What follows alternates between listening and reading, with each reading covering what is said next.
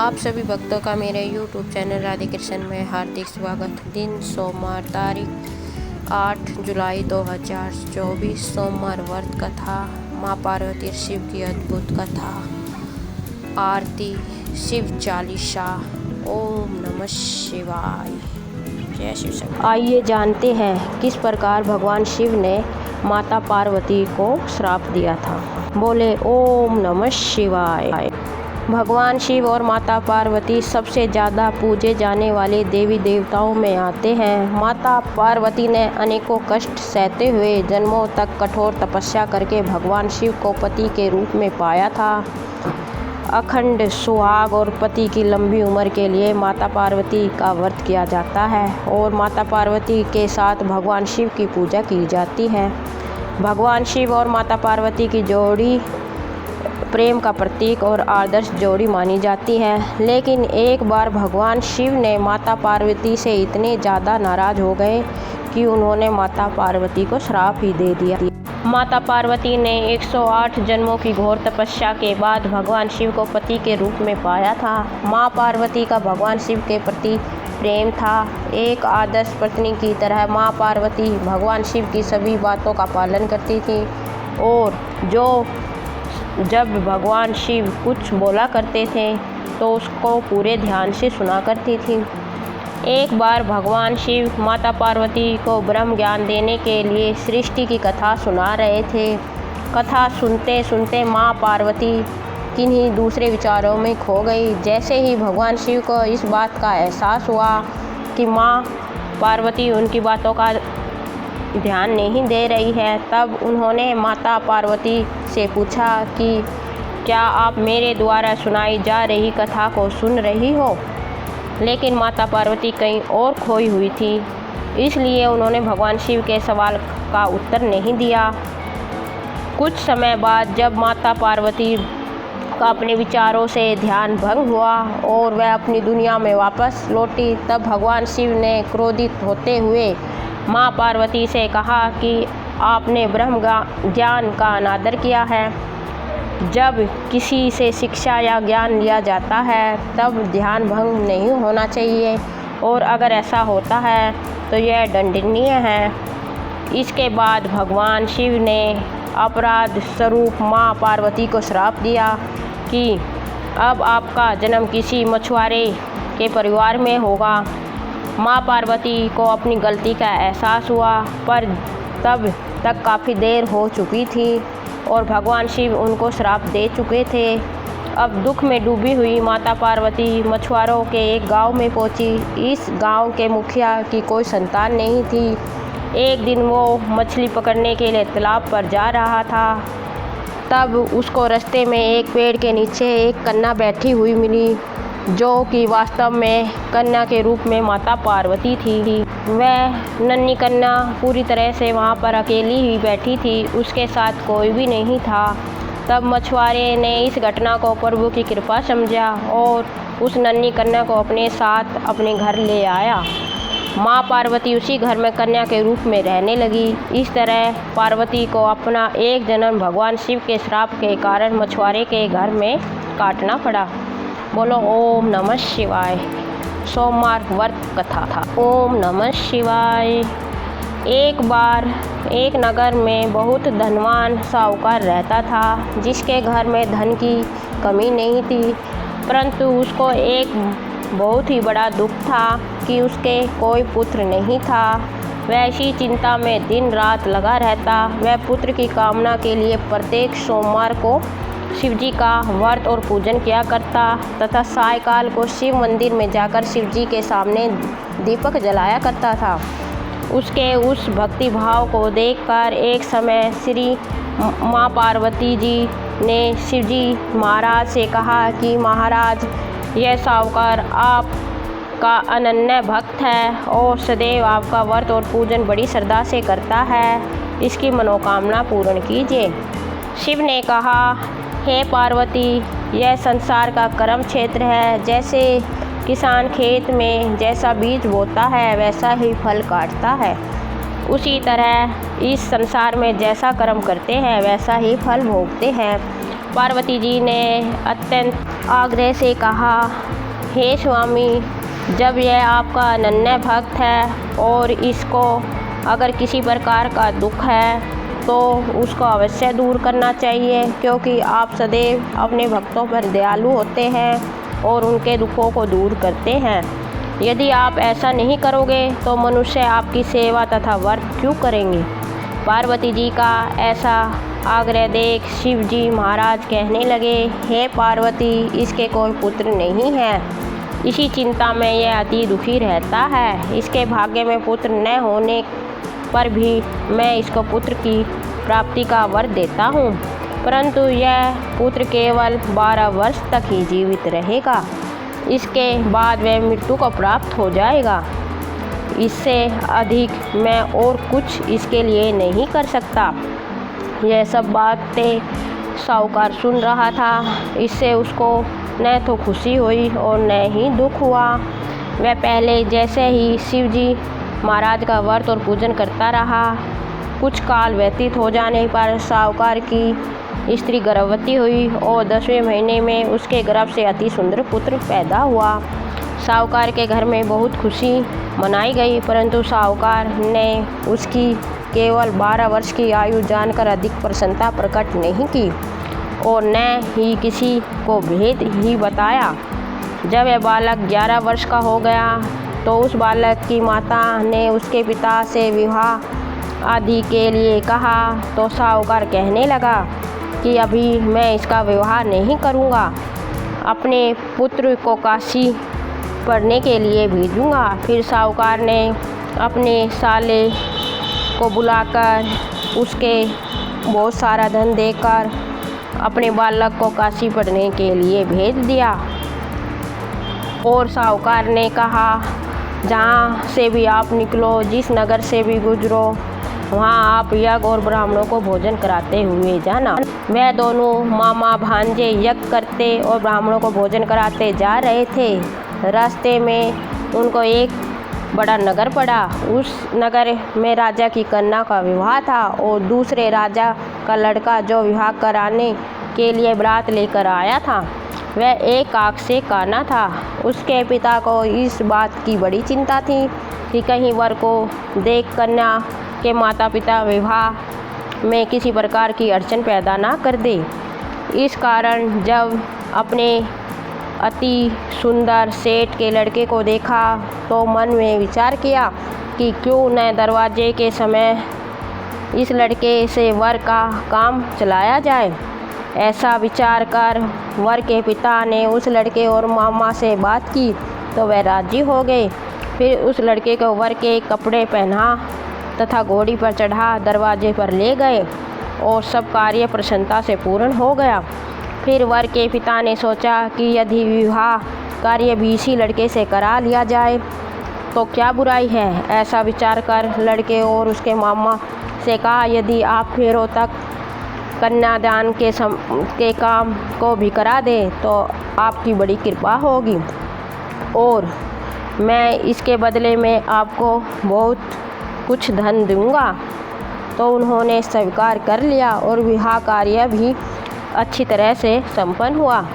परंतु जिस समय लड़का जाने लगा तो उसने राजकुमारी की चुंदड़ी के पल्ले पर लिख दिया कि तेरा विवाह तो मेरे साथ हुआ है, परंतु जिस राजकुमार के साथ तुमको भेजा जाएगा वह एक आँख से काना है और मैं तो काशी पढ़ने जा रहा हूँ। लड़के के जाने के बाद उस राजकुमारी ने जब अपनी चुंदड़ी पर ऐसा लिखा हुआ पाया तो उसने राजकुमार के साथ जाने से मना कर दिया और कहा कि यह मेरा पति नहीं है, मेरा विवाह इसके साथ नहीं हुआ है, वह तो काशी पढ़ने गया है। राजकुमारी के माता पिता ने अपनी कन्या को विदा नहीं किया और बारात वापस चली गई। उधर सेठ का लड़का और उसका मामा काशी पहुंच गए। वहां जाकर उन्होंने यज्ञ करना और लड़के ने पढ़ना शुरू कर दिया। जब लड़के की आयु 12 साल की हो गई उस दिन उन्होंने यज्ञ रखा कि लड़के ने अपने मामा से कहा, मामा जी आज मेरी तबीयत कुछ ठीक नहीं है। मामा ने कहा अंदर जाकर सो जाओ। लड़का अंदर जाकर सो गया और थोड़ी देर में उसके प्राण निकल गए। जब उसके मामा ने आकर देखा तो वह मुर्दा पड़ा है तो उसको बड़ा दुख हुआ और उसने सोचा कि अगर मैं अभी रोना पीटना मचा दूंगा तो यज्ञ का कार्य अधूरा रह जाएगा। अतः उसने जल्दी से यज्ञ का कार्य समाप्त कर ब्राह्मणों के जाने के बाद रोना पीटना आरंभ कर दिया। संयोगवश उसी समय शिव पार्वती उधर से जा रहे थे। जब उन्होंने ज़ोर ज़ोर से रोने की आवाज़ सुनी तो पार्वती जी कहने लगी, हे स्वामी, कोई दुखिया रो रहा है, उसके कष्ट को दूर कीजिए। जब शिव पार्वती ने पास जाकर देखा तो वही लड़का था। पार्वती जी कहने लगी, स्वामी, यह तो उसी सेठ का लड़का है। पार्वती शिव से कहने लगी, हे स्वामी, आप इस लड़के को और आयु दो, नहीं तो इसके माता पिता तड़प तड़प कर मर जाएंगे। पार्वती जी के बार बार आग्रह करने पर शिव जी ने उसको जीवन वरदान दिया और शिव जी महाराज की कृपा से लड़का जीवित हो गया। शिव जी और पार्वती कैलाश पर्वत पर चले गए। तब वह लड़का और मामा उसी प्रकार यज्ञ करते हुए तथा ब्राह्मणों को भोजन कराते अपने घर की ओर चल पड़े। रास्ते में उसी शहर में आए जहाँ उसका विवाह हुआ था। वहाँ पर आकर उन्होंने यज्ञ आरंभ कर दिया तो उस लड़के के ससुर ने उसको पहचान लिया और अपने महल में जाकर उसकी बड़ी खातिरदारी की और साथ ही बहुत से दास दासियों सहित आदरपूर्वक लड़की और जमाई को विदा किया। जब वह अपने शहर के निकट आए तो मामा ने कहा कि मैं पहले तुम्हारे घर जाकर खबर कर आता हूँ। जब उस लड़के का मामा घर पहुंचा तो लड़के के माता पिता घर की छत पर बैठे थे और यह प्रण कर रखा था, यदि हमारा पुत्र सकुशल लौट आया तो हम राजी खुशी नीचे आ जाएंगे, नहीं तो छत से गिरकर अपने प्राण खो देंगे। इतने में उस लड़के के मामा ने आकर यह समाचार दिया कि आपका पुत्र आ गया है, तो उनको विश्वास नहीं आया। तब उसके मामा ने शपथ पूर्वक कहा कि आपका पुत्र अपनी स्त्री के साथ बहुत सारा धन साथ लेकर आया है। तो सेठ ने आनंद के साथ उसका स्वागत किया और बड़ी प्रसन्नता के साथ रहने लगे। इसी प्रकार से जो को भी सोमवार के व्रत को धारण करता है अथवा इस कथा को पढ़ता या सुनता है, उसकी समस्त मनोकामनाएं शिव भगवान और माता पार्वती अवश्य पूरी करते हैं। बोलो शिव शंकर भगवान की जय, माता पार्वती की जय। शिव आरती। ओम जय शिवी ओमकारा, प्रभु हरि शिवी ओमकारा, ब्रह्मा विष्णु सदा शिवी अरे धागी की धारा। ओम जय शिवी ओमकारा, एकानंद चतुरानन पंचानन राजे, हन शासन गरुड़ासन विश्ववाहन साजे। ओम जय शिवी ओमकारा, प्रभु हरि शिवी ओमकारा, दो भुजे चार चतुर्भुज दस भुजे अति सोहे, तेरे गुण रूप निरखता तेरे बुन जन मोहे। ओम जय शिवी ओमकारा, प्रभु हरि शिवी ओमकारा, अक्ष महला बन महला रुद्र माला धारी, चंदन मृग मद सोहे भाले शशिधारी। ओम जय शिवी ओमकारा, प्रभु हरि शिवी ओमकारा, श्वेतांबर पीतांबर बाघांबर अंगे, सनकादिक गरुड़ादिक भूतादिक संगे। ओम जय शिवी ओमकारा, प्रभु हरि शिवी ओमकारा, करे के मद कमुंडल चक्र त्रिशूल धरता, जग करता जग भरता जग संहार करता। ओम जय शिवी ओमकारा, प्रभु हरि शिवी ओमकारा, ब्रह्मा विष्णु सदा शिव जानत विवेका, प्राणे अकेसर के मादय तीनों एका। ओम जय शिवी ओमकारा, प्रभु हरि शिवी ओमकारा, काशी में विश्वनाथ विराज, नंदी ब्रह्मचारी। नित्य उठित भोग लगावत, महिमा अति भारी। ओम जय शिव ओमकारा, प्रभु हरि शिव ओमकारा। त्रिगुण शिव जी की आरती, जो कोई नर गावे। कहते शिवानंद स्वामी, मन वांछित फल पावे। ओम जय शिव ओमकारा, प्रभु हरे शिव ओमकारा। ब्रह्मा विष्णु सदा से अरे धागे की धारा। ओम जय शिव ओमकारा, प्रभु हरे शिव ओमकारा। बोलो शिव शंकर भगवान की जय, माता पार्वती की जय। शिव चालीसा। ओम नमः शिवाय। श्री गणेश गिरिजा सुवन मंगल मूल सुजान, कहत अयोध्या दास तुम देहु अभय वरदान। जय गिरिजापति दीन दयाला, सदा करत संतन प्रतिपाला। बाल चंद्रमा सोहित निके, कानन कुंडल नाग फनिके।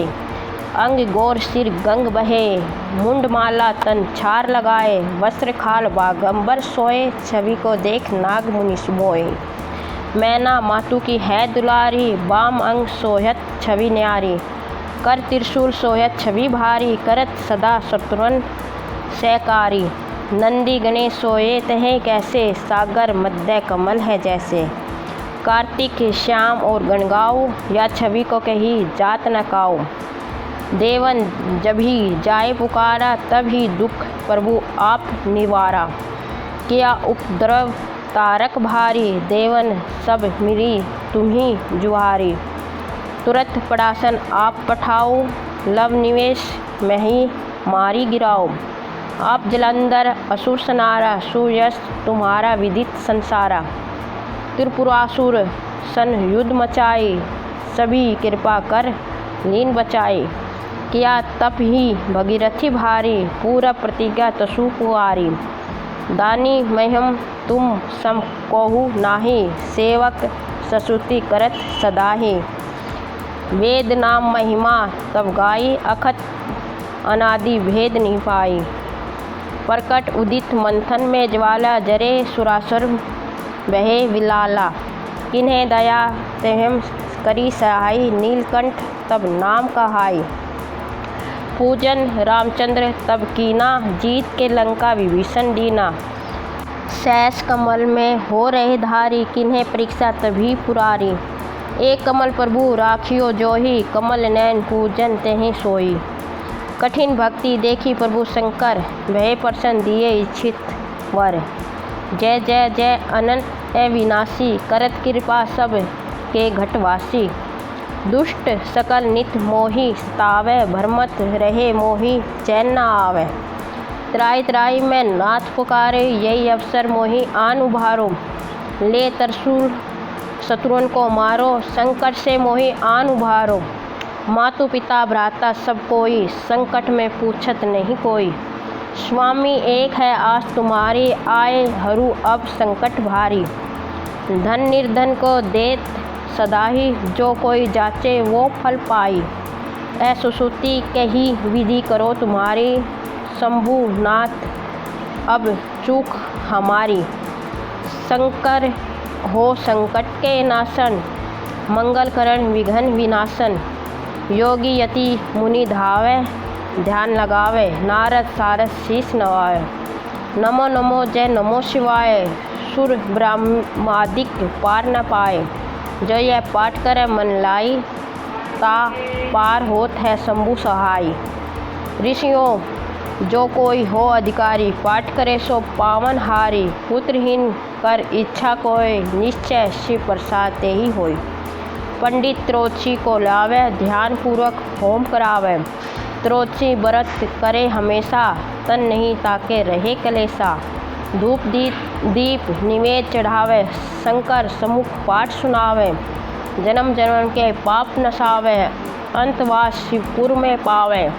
कहे अयोध्या आस तुम्हारी, जानी सकल दुख हरू हमारी। नित्य नेम कर प्रातः ही पाठ करो चालीसा, तुम मेरी मनोकामना पूर्ण करो जगदीश। मक्षर छठी हेमंत ऋतु सवन 64 जान सुसूति चालीसा शिवही पूरन कीजे कल्याण। ओम नमः शिवाय। जय शिव शंकर भोलेनाथ, जय माता पार्वती। कमेंट बॉक्स में अवश्य लिखें, जिससे आपके घर में सकारात्मक ऊर्जा का वास हो। और आपको मेरा वीडियो कैसा लगा, मेरे वीडियो को लाइक शेयर और चैनल को सब्सक्राइब करें। धन्यवाद। ओम नमः शिवाय। जय माँ पार्वती, जय शिव शंकर भोलेनाथ की जय।